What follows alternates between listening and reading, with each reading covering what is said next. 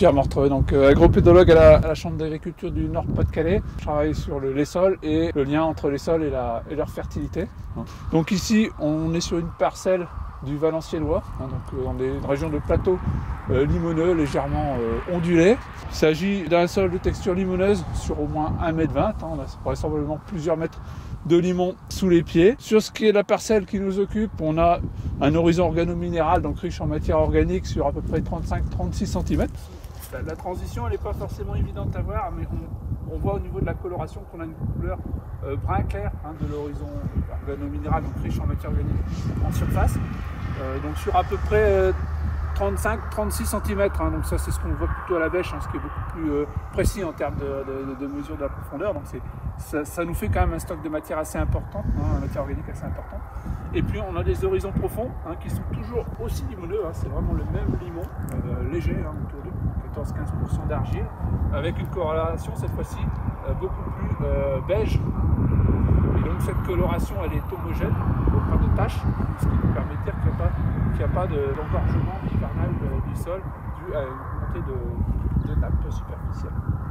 D'où le terme non-hydromorphe.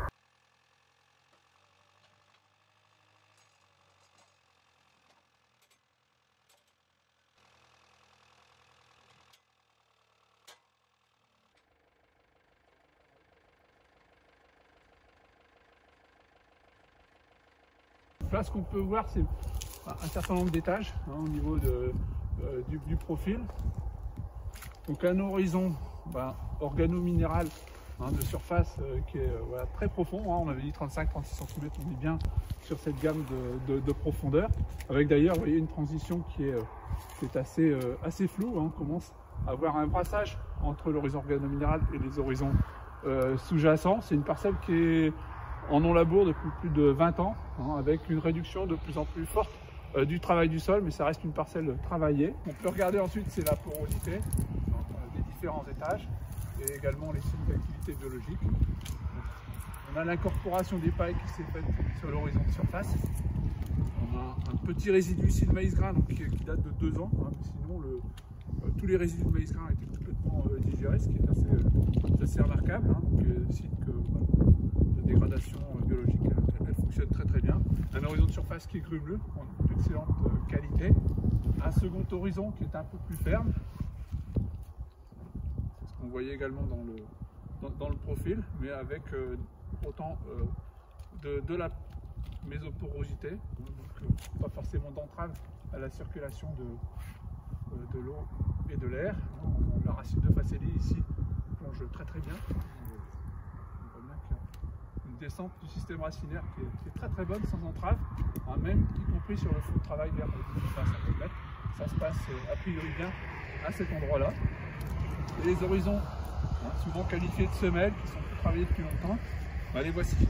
Là, ici, en l'occurrence, on a des racines de Faceli qui sont très dufteuses parce qu'elles sont dans des galeries de terre de terre, donc un milieu très aéré, qui n'est pas forcément un milieu propice pour la nutrition. En tout cas, c'est une voie de passage préférentielle vers les horizons profonds et une structure de sol qui est à la fois ferme mais friable et poreuse. Le dernier labour, donc qui date de plus de 20 ans, physiquement, on arrive à le retrouver, vous voyez. On a un délitement du sol là, vers un bon 30 cm, 35 cm. C'est certainement un très vieux labour. Et les horizons profonds, c'est vrai qu'on n'en a pas parlé.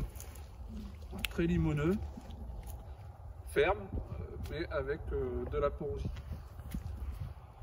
Alors au niveau des galeries de vers de terre, on ne voit pas forcément beaucoup de galeries profondes ici dans le bloc qu'on a extrait. Une ancienne galerie colmatée ici. Et puis quelques galeries ici.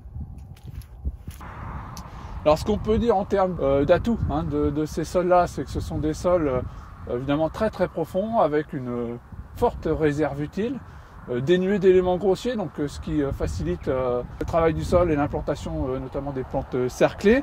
Ce sont des sols qui ne sont pas hydromorphes, ce qui donne une plus grande souplesse en termes d'intervention sur le parcellaire. Des sols avec également un horizon de surface qui est très limoneux, donc facile à travailler avec peu de besoin d'hivernage et des implantations qui sont réussi sur les cultures un peu délicates à implanter, hein, comme les betteraves ou les chicorées. En termes de profil également, un profil de fertilité qui est très très favorable, dans le sens où l'horizon de surface limoneux est pauvre en argile, non carbonaté, donc ce qui en fait une très bonne aptitude à la minéralisation de l'azote, et de faible fixation de phosphore ou de potasse, malgré une CEC qui est plutôt moyenne.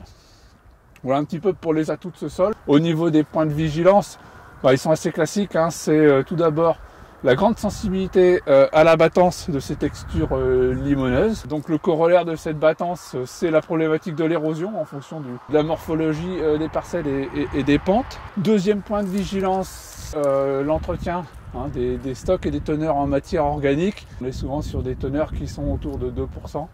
Sans être alarmiste, ces teneurs laissent ces sols très très fragiles en termes de stabilité structurale et puis de résistance à l'érosion. Donc ça, c'était le deuxième point de vigilance, un petit peu la difficulté d'entretenir des teneurs et des stocks de matière organique importants dans des systèmes grande culture industrielle. Et le troisième point de vigilance, c'est celui de la compaction des sols. C'est en effet des sols qui sont très très sensibles au tassement, avec une très lente et faible régénération climatique.